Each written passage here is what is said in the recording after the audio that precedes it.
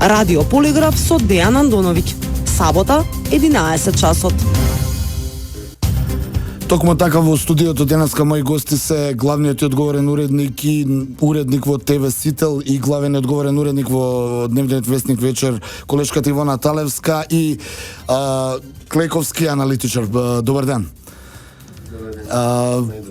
Слушнавме од прилогот и слушателите може да слушнат тема денеска, нели, изминати в период. Главна тема во светските медиуми и воопшто во светската политичка јавност е изборот на републиканецот и милиардерот Доналд Трамп за нов председател на САД. Ивона, како го коментираш овој избор кој за многумина беше шок? Одлично. Мислам дека Америка конечно може да има една добра и стабилна иднина пред себе, посилен економски раст и унапредување на вкупните меѓународни односи во светот, без при тоа, нели, американскиот империализам да биде приматот кој што ќе биде наметнуван на сите останати земји во светот. Господин Клековски, вие? Ова е еден од изборите каде што очигледно сите аналитичари, рейтинг агенции и медиуми промашија во прогнозата кој ќе победи. И сите ќе мора да анализираат зошто се случи таква грешка, која не е прв пат се случи во Велика Британија со изборите и со референдумот. Оно што може би е значено дека изборот на кандидат кој нема претходно политичко искуство, од една страна тој е голем ризик, од друга страна тој е можност за нов почеток, бидејќи он го нема багажот од претходниот ангажман во политиките, како што го имаше очигледно Клинтон, кој очигледно багаж многу тежеше. И прашањето е сега дали таа можност да за еден ресет да направите еден нов почеток, како нормално ќе биде искористен. Тоа се не со ресетот на американското општество, но дали сметате дека на 70 години е премногу доцна да се почнува некаква кариера?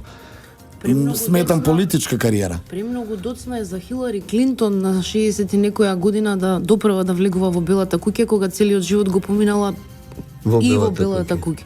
Затоа е премногу доцна. Но на 70 години вие да имате таа желба да успеете, да се наметнете себе си, да ги победите сите релевантни агенции против кандидати, политички скептици и светот и да станете председател, тоа не е доцна, тоа е за почитување и за восхит. Да забележам дека и Берни Сандерс, кој успеа да енергизира многу млади луѓе, всушност не беше млад, беше 74 години, и веројатно староста не е битна, туку идеите што ги носите. Од друга страна, мислам дека можеби не победи толку Трамп, колку што изгуби Клинтон. Бидејќи ако се погледнат бројките, Клинтон има потфрлено некаде околу 5 милиона гласачи во однос на 2012 резултатот на Обама. Од друга страна, там едва и успеа да го повтори, може би да не го повтори, потврди резултатот на Мит Ромни, кој можеме да се согласиме не беше некој впечатлив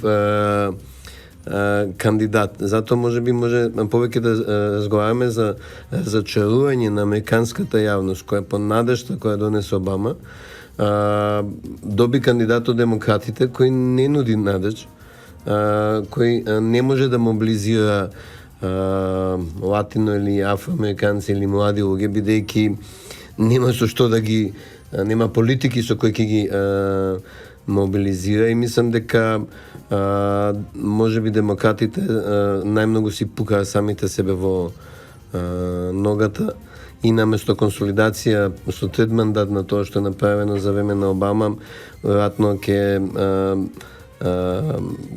бидат многу поголеми губитници од тоа што сега изгледа во моментот. Ивона, од аспект на нашата професија, медиумите, американските и светските медиуми направија буквално тотален промашај во проценките за тоа кој ќе победи на овие избори. Се даваше голема предност, нели, на Хилари Клинтон наспроти Трамп. Каде утна светските и пред се американските влијателни медиуми кои, нели, и ние самите ги следиме и им се дивиме на некој начин како тоа го работат, но овој пат тотален промашај. Мислам дека е во парите за кампања целата утка направена. Хилари фрлаше заедно со нејзиниот сопруг огромни пари во медиумите, купени беа буквално сите, со надеж дека купеното јавно мислење ќе придонесе за поголем број на гласови.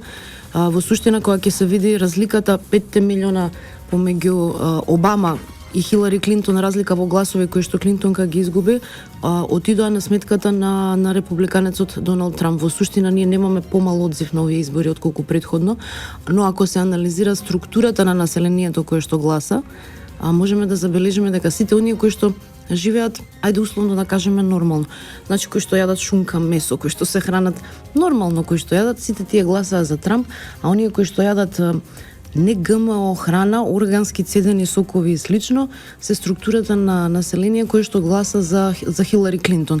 Така што Клинтон не направи мобилизација ниту на собственото членство, ниту на нови гласачи, но Трамп успеа да ги доведе кај себе сите.